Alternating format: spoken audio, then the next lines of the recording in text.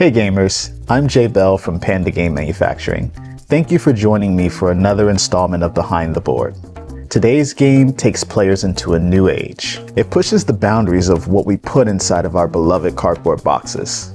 It has miniatures, metal, magnets, and much, much more. So join me on a magical adventure to an Age Contrived, the premier title from Bellows Intent. It's time to go behind the board.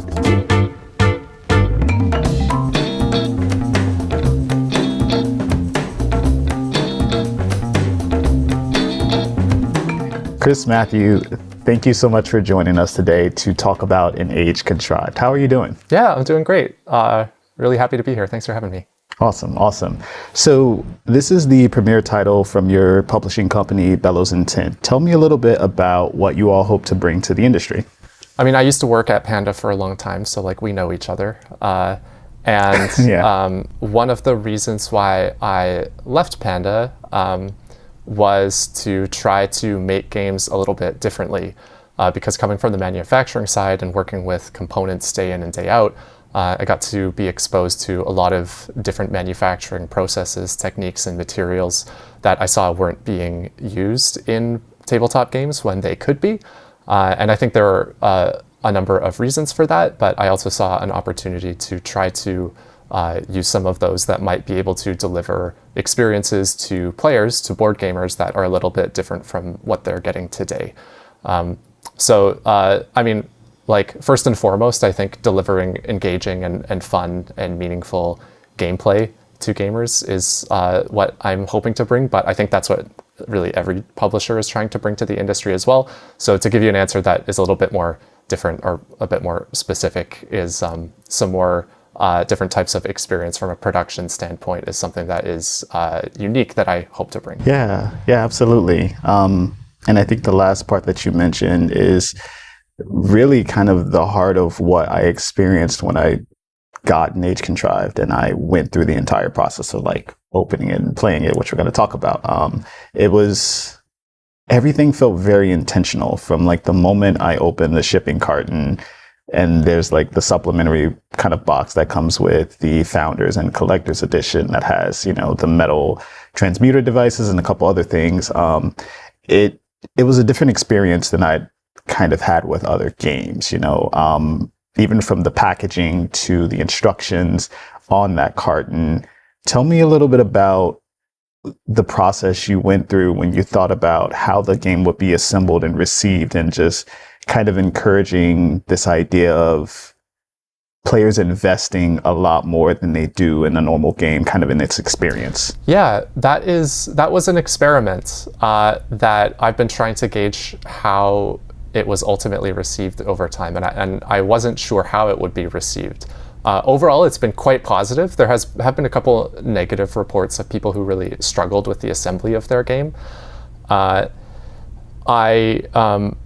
Just for this game specifically, with those metal mechanical player boards that exist in the collector's edition, I realized that having players assemble them could be, that's kind of what would be required from a cost perspective to make that type of component work. But then having that be a requirement, I think also presents an opportunity. In this case, the opportunity was to try to give players agency, give them choices as to how those components actually look.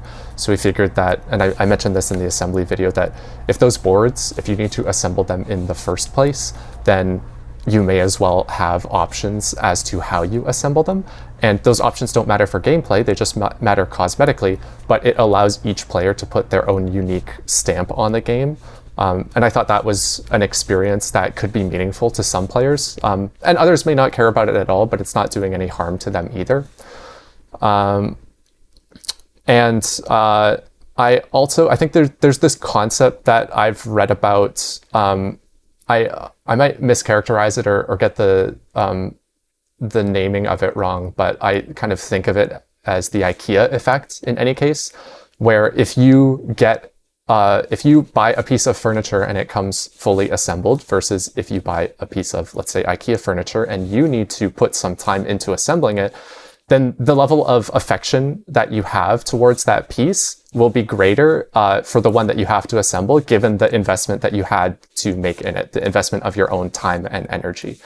And I thought that might apply to games as well. That might be something like an effect that's transferable, where if you get a game and you invest some time into assembling it just the way that you want, and you're given the opportunity to do that through those cosmetic choices, that you have a certain level of affinity or of attachment to that game that you might not otherwise. So that's kind of more a longer term experiment. I mean, people have only had the game for a matter of weeks, but we'll see over time if that's something that like draws people to it, to take it off their shelf and play it more and more over time. Yeah, I definitely understand how that lines up with the assembly experience. I watched your video when I was assembling them, and it was very well done, not only in getting me to assemble the pieces, but it does provide sort of this idea that you were making the game yours.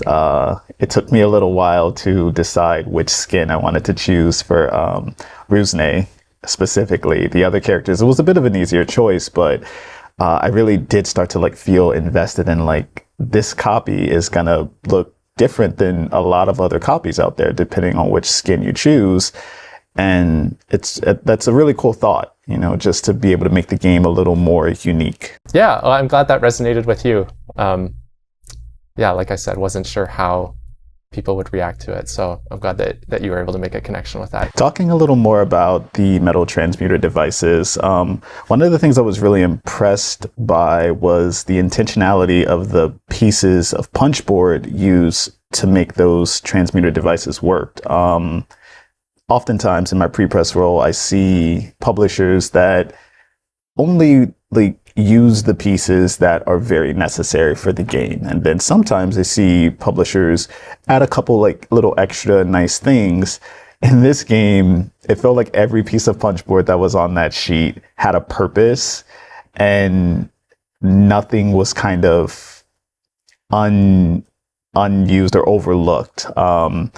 I imagine like the R&D and like the sampling process of that was pretty intense and like evolving. What was it like? Yeah, do you mean the layout of the components on the punch boards themselves, or like the panels that go into those metal boards and just designing them in the first place? Was it a matter of like a chicken and egg situation? Like which one came first? Which one came first was the requirements of the panels that would be needed to complete one of those mechanical player boards. And then laying them out on the punch boards came second, generally speaking, but those both informed each other over time. So that was like the first iteration was, okay, design the player board. Okay, then I've got my requirements for punch board panels. Now take those requirements, put them on a punch board. But quickly after that, it became a matter of, oh, well, these panels that are on this punch board are too big. Like now the punch board either needs to be like too big for the box, or I need multiple punch boards for each player, neither of which were desirable outcomes. The box sizing in and of itself was a different requirement that was dependent on some other things, but it became clear at a point in time that that was fixed, like that box could not become any bigger. So that affected like the size of the punch board panels that I had. And then we had to be creative in terms of like, can we put those punch board panels next to each other? Can we kind of like, because you can have some shared cut lines depending on the bleed requirements of a punch board, as you guys know extremely well. So trying to like use the varying requirements, and then things changed along the way, like the design of the mechanical player boards changed for other reasons. But trying to have those like varying and competing requirements like all come together into a certain punch board, like that was kind of a multidisciplinary effort, I guess. It required like many iterations along the way. Kind of on that same note, as a pre-press specialist and just like a graphic designer and artist in general, I was also really impressed by kind of the art layout.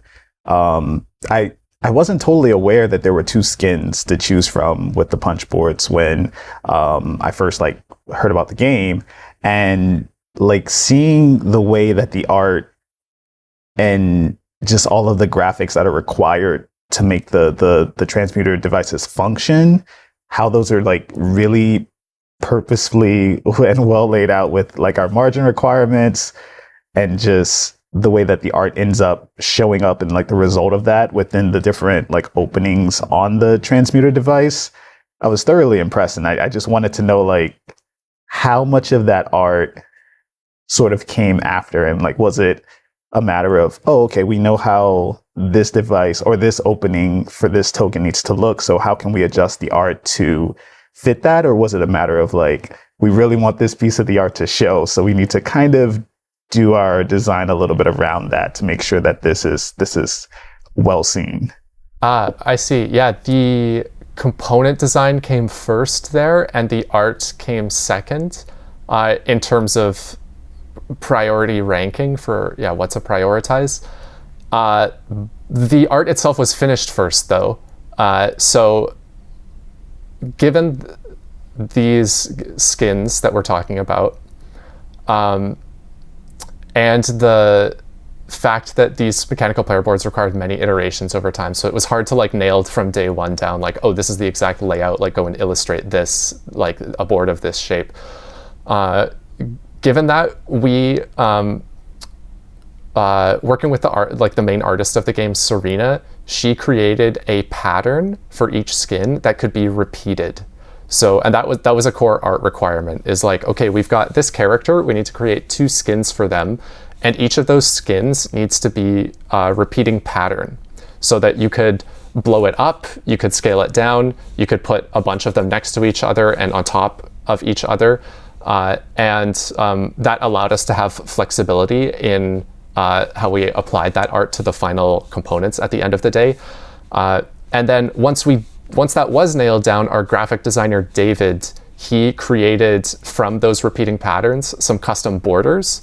So like you mentioned the Rusna board. So she's got one border that's like foliage and one that is like kind of more woody vine-like.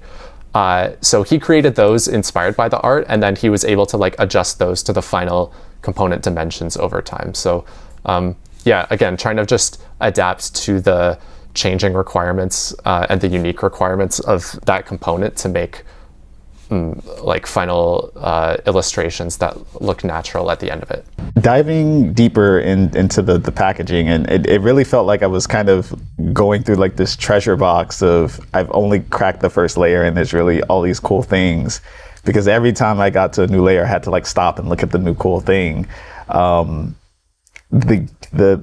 inside of the box for the Founders Edition, if that's correct, it allowed players or backers to personalize their own liner, which took kind of something that we often recommend to our clients as a very simple way to make your game really unique, or have like an extra sort of stretch goal or reward for people, is to add that inner box liner.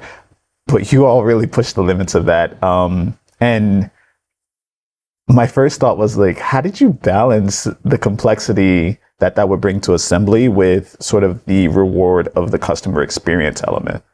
We prioritized the customer experience first in trying to create that sort of Christmas morning moment of opening a box up and having it appear with some personalization selections that you created like many months ago, and you've been waiting for so long to get this box, and then it arrives and you open it up and like it's there, it's what you asked for.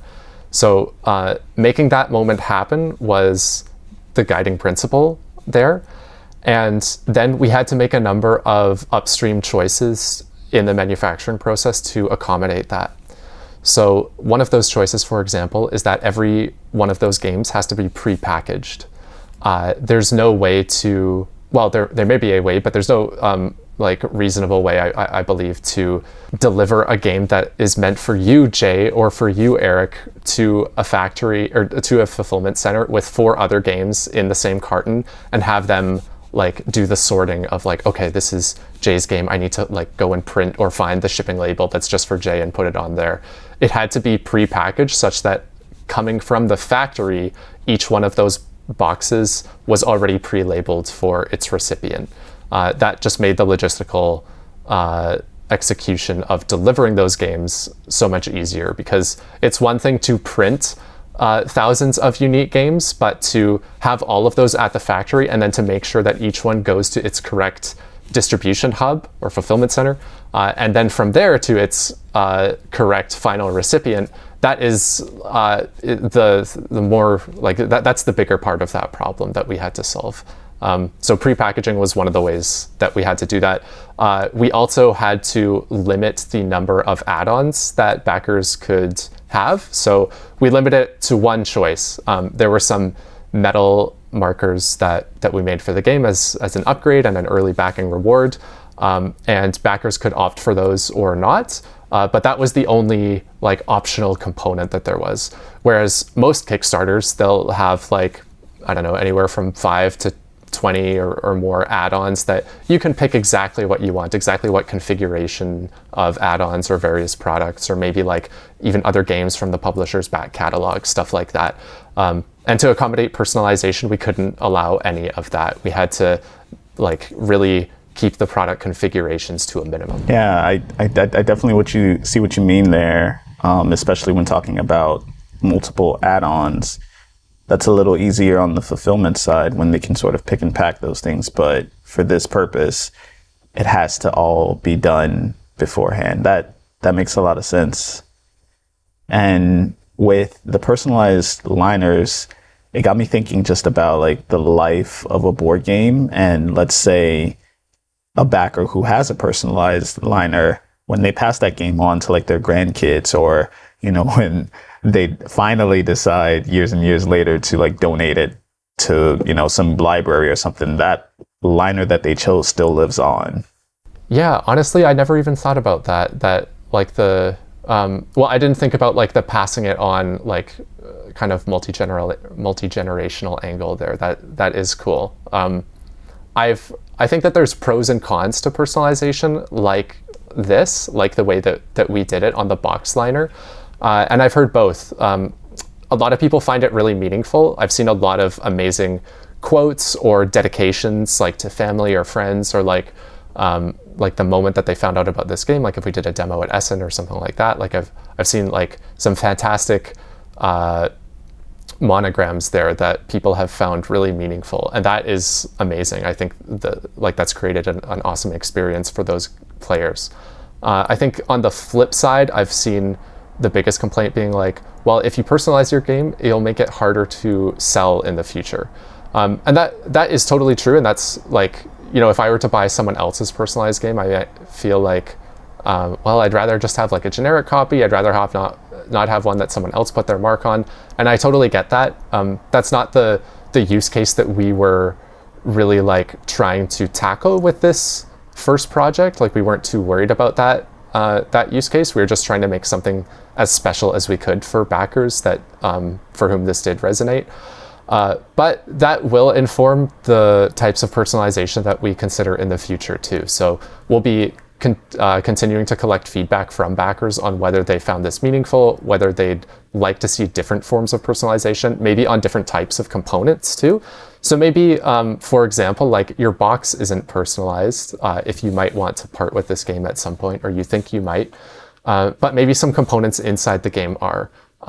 And if that's the case, then one thing that I'm starting to think about for our future projects is if those components could be ones that are maybe even duplicated. So if it's like a deck of cards or something where you're able to personalize each card in that deck, but we ship the game to backers with a personalized deck, but also a generic deck to kind of, you know, facilitate both use cases. Like you get that personalization, like you've made this game yours. You can just ignore the generic deck if you like. But if you ever want to part with the game, well, it's there for kind of like the next owner.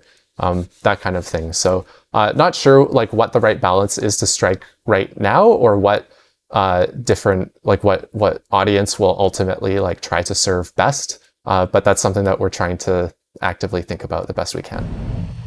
Yeah. So Chris, following up on not kind of allowing too many add-ons and things, I'm honestly personally just curious, did you explore any other uncommon components or like uncommon features for an Age Contrived that kind of didn't end up getting used? No, I don't think so. We ended up using everything that we really wanted to use. I would say that this particular project was more of a targeted use of what we already knew was possible, but hadn't seen done before, rather than like a wide exploration of what's possible. For future projects, there is more exploration that we're working on, a bit more kind of blue sky or more ideation to try to find like the right fit of components and experience and all the various product choices that go into that. But this one, we used kind of everything that we hoped to use for the project. One of the other things I really found useful about the way the game is designed and kind of produced is the storage guide that is printed on the side of the box bottom. And it's one of those quality of life things that I think gamers really appreciate. Were there other kind of items on a checklist or kind of in your mind that you were like, okay, we got to make sure that we do this because we want it to help the experience? In terms of gameplay, there were a few things that were must-haves. One was a solid player aid, because this is like a heavy, crunchy Euro game. And there we took inspiration from a game called Bitoku. The player aids in an Age Contrived are actually the exact same size as those in Bitoku. I thought that they're like the way that feels as you're playing, like the form factor was just really good there. So we started with that as a baseline, and then in the end we didn't need to change that. So there's a good credit there. I find that without the player aids, like this game would not be nearly as usable as it is. Something that we also wanted to do, given that this is a game with like a pretty steep learning curve, where like your first game, like things aren't really going to come together for you until the end, is we wanted to have a like how to learn section. That was actually not something that we came up with originally, but that was a suggestion from backers and playtesters. I can't remember the original source of it.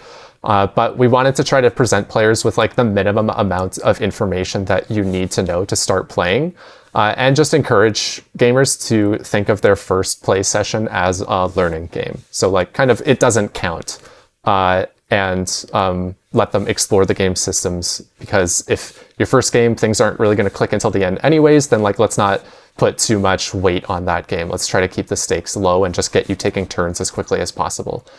And then from the product side, I think what was a core requirement for usability was just a really solid way to communicate how to assemble those mechanical player boards.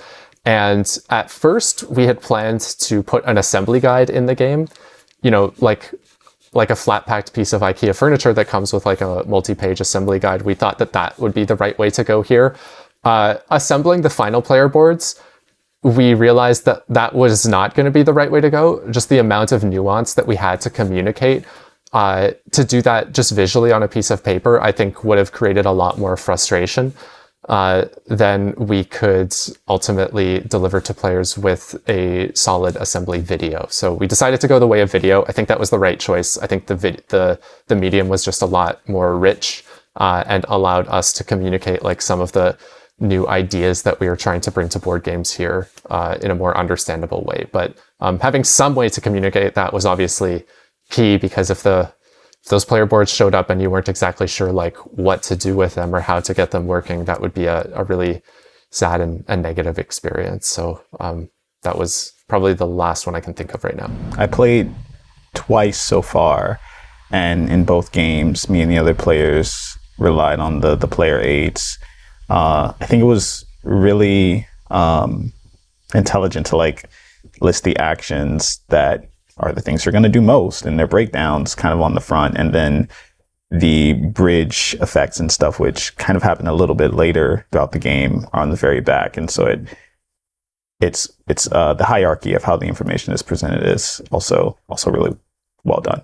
Thanks. Glad it worked out. Another thing that it's so funny I say another thing, because that's going to be a lot of what I say throughout this interview. But one of the things that I really thought was cool, just like the box liner, is the way you use very common upgrades or kind of enhancements on the game board, specifically the information on the back side of the game board, and then how you use Spot UV on the front side to be really informative. Tell us about that whole like development process and what went into the thinking behind it.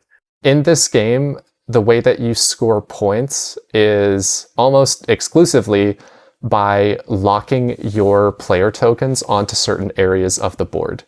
So we thought to somehow mark those areas in a special way to make that like a little visually obvious, or give players a visual cue that like, oh, those areas are special. I want to get my pieces in there because that's what gets me points at the end of the game.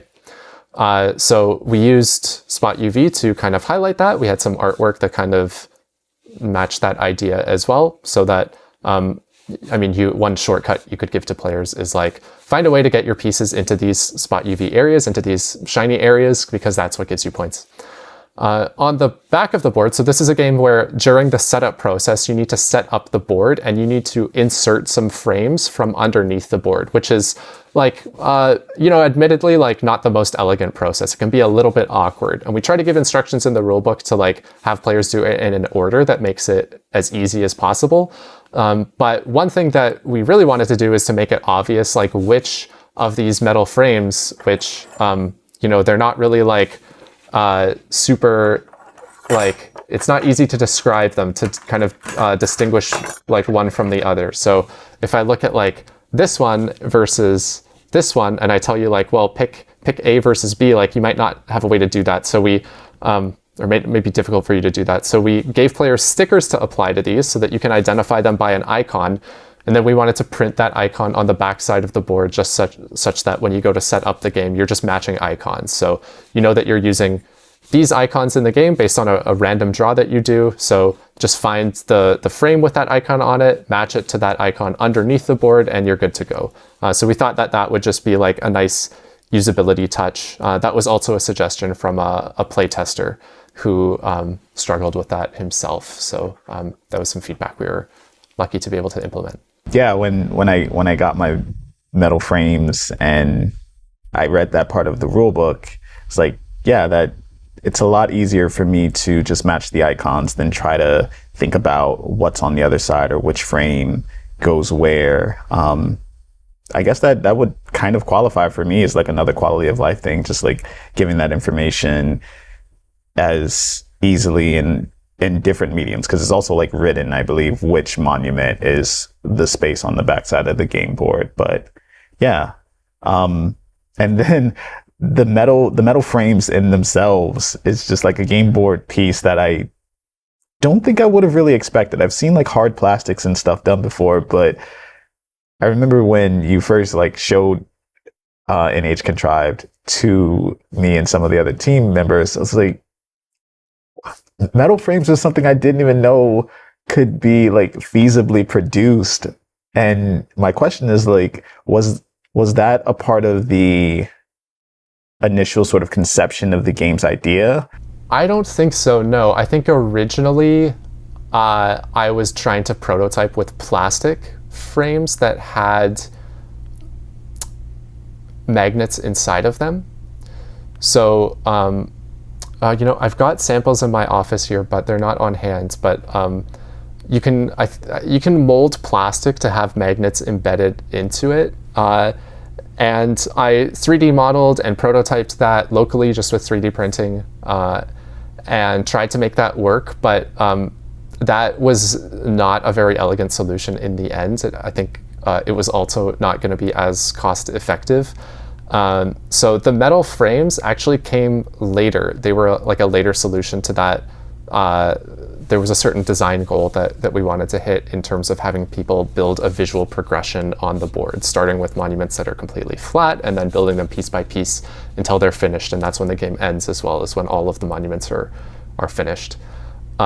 It was actually only through designing the mechanical player boards that it became apparent that like, well, we could use the same materials to design metal frames for the monuments, and we can insert magnets into cardboard, and like maybe that will be a better solution than like plastic with magnets embedded into plastic. And that turned out to be I think what is like a pretty elegant solution. I think most people who see the game, that is something that they think of as clever, at least, and hopefully it provides like an experience that is also satisfying and that also facilitates some interesting gameplay as well, and isn't just like, you know, a fun gimmick. So yeah, that's kind of how that came about. So yeah, talking about all of the things that those metal frames help facilitate brings me to my next question, which you kind of already alluded to. The game board starts with like pretty much nothing vertical, except obviously the frames. And at the end of the game, you have, you know, at least 3 monuments, maybe even 6, standing, and your player pieces on the board, and like all of your tokens are there now. The intention, I want to know about the intention there, because I know like there's a gratitude in seeing like the how the game is developed and like what you have at the end of the game. But I think it's just a really interesting thing that I want to pick your brain about. Like, how did that idea come about to have these cool like 3D pieces at the end of the game? I think for me, that's something that is core to what I enjoy about games, and that affects the types of games that I gravitate towards, largely being engine building games, or something where there's some sort of progression that happens where at the end of the game, either like my capabilities are better than they were at the start, or, you know, something on the board is more developed than it was at the start, or something like that. And I feel like maybe that's like a human trait that we kind of like can't help but build things. Like at least a lot of humans, like we like to build things. And so I wanted to implement the idea that like we are kind of communally building a board in front of us. And in this game, thematically, that takes the form of building up a mortal world and civilization. It's just something I find really satisfying about games. So I wanted to try to like just facilitate that for gamers and see if it's something that they enjoy as well. My biggest inspiration there was a different game called Teotihuacan, where you are building the like central pyramids of Teotihuacan, which is in Mexico, where it kind of starts off like largely flat, and then brick by brick you're building it up. It's a game I enjoy very much, in large part because of that visual progression. So just wanted to try to like riff on that idea in a different way and see how players enjoy it. Allowing that to happen, you used probably my favorite game component, which is a cardboard constructible, because they're so versatile and like very affordable. Also, I didn't quite grasp how they could be paired with magnets to be even more versatile, though. And I know we were talking earlier, you mentioned that you learned a lot about magnets and folds, and just like how the layouts of those punchboard sheets really are affected when you're trying to do something of this scale. Tell us a little bit about what that process was like of building those monument pieces.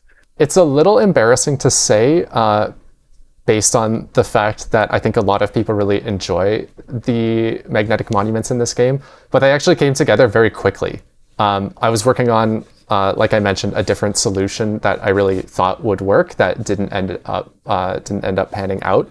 But after the design process of the mechanical player boards, which are far more intricate, feature like many different pieces that all need to interlock and go together in a certain way and in a certain order, then to make some cardboard constructibles where like, okay, we've got a frame and we've got like a cardboard piece with a magnet in it that goes on the frame. Like, by comparison, this is like extremely simple. The most challenging part was just the placement of the magnets, especially in relation to the edges of each cardboard panel and the folds in those panels. Because the normal restrictions of punchboards there was something that was a design constraint that affected the design. So for example, like there's this piece that goes on this particular monument that then, you know, that folds. So there's a magnet in this section of this panel, and just like the distance that magnet has to have from this fold line and what that means for like the metal like prong of the frame here on the other side, like those sorts of things were challenging, and knowing those constraints as I was designing each one of these monuments, that was important and required some iteration over time. It makes me think about two things. One, it sounds like you were able to work hard in the beginning with the transmuter devices, and then you were able to work smart because of all of your experience with those devices when you were designing the punchboard and magnetic monuments. But something that you mentioned about the margins made me think about how important it is. And I tell this to our clients all the time, like, ask as many questions as you feel you need to your manufacturing partners, because had you not really known about those restrictions and sort of did all that work kind of designing the art or designing, the metal frames, and then realized, oh, this won't work because, this margin is off or this piece isn't gonna fit, that would have caused a lot of, frustration and having to do that work again. But when you partner with your production team to be able to kind of know those restrictions ahead of time, it can really help. Yeah, it makes all the difference. I mean, that's what enables component innovation like this, I would say, is understanding the production constraints and requirements as well as you possibly can. Something that I value very much about working with Panda. So the last component that I really want to talk to you about are the energy tokens, because I know that there was some very specific inspiration for these, and it drove a lot of decisions for other components, all the way up to the game box. So tell me about how you kind of made the decision about size and what these would feel and look like. They're quite obviously inspired by Azul, right? Which is like one of the most tactile games of the past few years. And I was always struck by the outsized effect that, in my opinion, those tokens have on the player experience in Azul. So, I mean, one of the principles that we had with this game was just trying to create the most tactile components possible, and then having players through gameplay interact with those components as frequently as possible, as a way to, create what we hope is a satisfying experience. So we started off with prototyping the tiles, those energy tokens, with the exact dimensions of Azul, and then we just never changed them. And I think that is probably like a common story in a lot of games design decisions, is we just had to start somewhere, and then we either things stayed the same because there was no reason to change them, or there was. In this case, there was no reason to change them, but those dimensions did drive a lot of other component decisions. So I tell the anecdote of kind of like how the width of like a car today or a shipping container today can be traced back to like a horse drawing a cart, or like a pair of horses in Roman times. Like the size of those particular components, those energy tokens, as like the smallest component in the game, well, that drives the size of the cardboard tiles that are like the vehicle or the container for those plastic tokens. And the size of those cardboard tiles in turn drives the size of like the overall player board and those metal devices. And the size of those in turn drives the box size, which is kind of like the furthest up we get before carton size, I guess, like the ultimate shipping carton. So had we just revised that token, well, I don't think we could have revised it up. I don't think we could have made it any larger. We could have made it a little bit smaller, which is something that we never explored just for time constraints. And I mean, you can only iterate so much before you have to move forward with the game. There was also like, and I hesitate to admit this, but I think it's worth saying, is that I kind of enjoy putting jokes into games, or I enjoy jokes in games. Like this is the first game under this studio, so I haven't had too many opportunities. But one of the jokes that I can tell about this game is that, well, if you buy it and you really hate it, there is a full set of Azul tiles in it. So you could, if you really love Azul and just want some variation there, you could really just like swap out some tokens and mix and match colors and play with what you want. So Chris, I know that you took advantage of creating some marketing copies of Age Contrived before launching the Kickstarter campaign. Tell me what that experience was like, and what would you say some of the challenges and benefits were? Before heading out to demo an Age Contrived at conventions, we created 25 prototype copies through Panda. And that was a huge part of the game's success on Kickstarter, I would say. I can pretty directly attribute a lot of the money we raised on Kickstarter to those copies and the people that had them, which were previewers, reviewers, and playtesters, and then being able to demo them at the conventions in the first place. There was definitely an upfront cost to make those, right? So we had to invest in having them made in the first place. I would say the bigger challenge associated with them, though, was completing all of our files in time to make those copies before we go to conventions to market this game, before we even go to Kickstarter, right? So we have to complete the whole game, basically. We have to complete the mechanics, the artwork, the graphic design, all of that, the component design, before we can start those copies, which is at least 6 months before we go to Kickstarter. So it just means that the lead time we need to get a game from its early stages to put it on Kickstarter is longer than we would have to have otherwise. But I think that the benefits far outweigh that. I mean, not just the exposure, I've been talking about it from a marketing perspective, but getting into the hands of playtesters who will then give feedback on what is or what at least appears to be a pretty polished game, to help us refine it and polish it as well as we can, and then have a ton of time to be able to do that, to create the best gameplay experience that we can. That was an incredibly invaluable part of the benefit of creating those copies that doesn't really become apparent, I guess, until you end up publishing the game, until it's released well after your Kickstarter. So I can't say enough good things about having created those copies and working with Panda to get them done. I'm a part of the Facebook group for the game, and I remember seeing so much feedback and just interaction around just the art and mechanics, and offering you suggestions and just feedback after playing. And yeah, that you're right, that even beyond just getting more eyes on the game, having that feedback to help polish it, it's one of the major benefits of creating those marketing or prototype copies. Yeah, totally. It really helped with that community building as well, which you touched on there. Of one decision that we made that I'm really happy with and a little proud of is that rather than making a bunch of copies and then just sending them to content creators, we took a good portion of them, we made 25, I'd say around 10 of them. We just started circulating to members of our community who were interested in the game.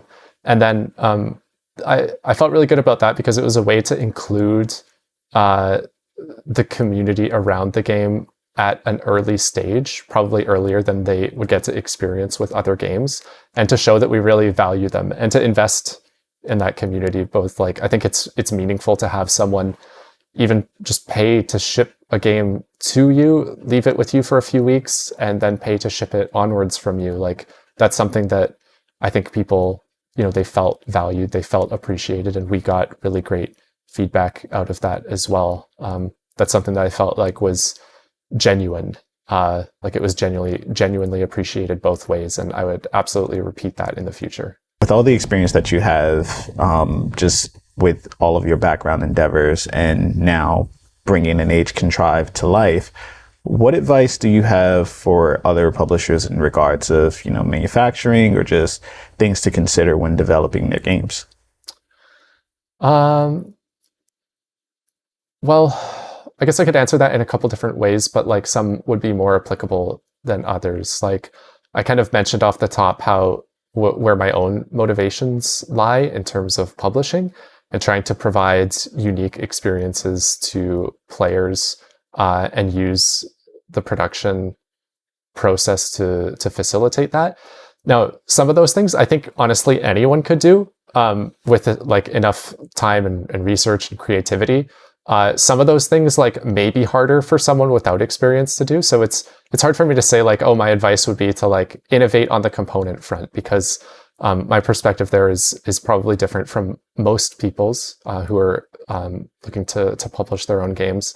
But I would say that I would say that like involving a community and trying to build a community early and like using the assets that you have to be able to do that is advice that I would give. Now, that's not novel advice. Like kind of everyone says that, or a lot of people do. And a lot of people do it better than I do. I'm not like, it doesn't come to me all that naturally, just as more of an introvert. But I would say that like the more you can do there, the better success that you'll have, and probably the better games that you'll make, getting feedback from many different types of people and bringing them into your circle and kind of your development cycle there. So yeah, that is maybe like a bit more applicable.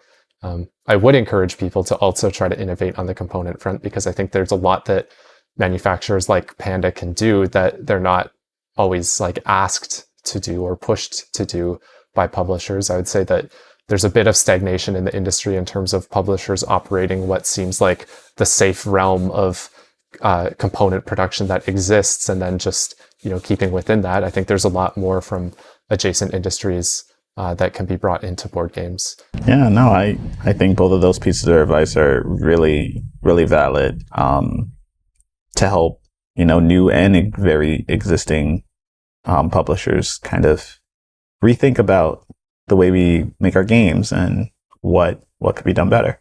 So yeah, Chris, thank you so much for going behind the board with us today with an Age Contrived. I've had a blast talking to you about it. Yeah, my pleasure, Jay. Thanks so much for interviewing me. Really great to chat with you.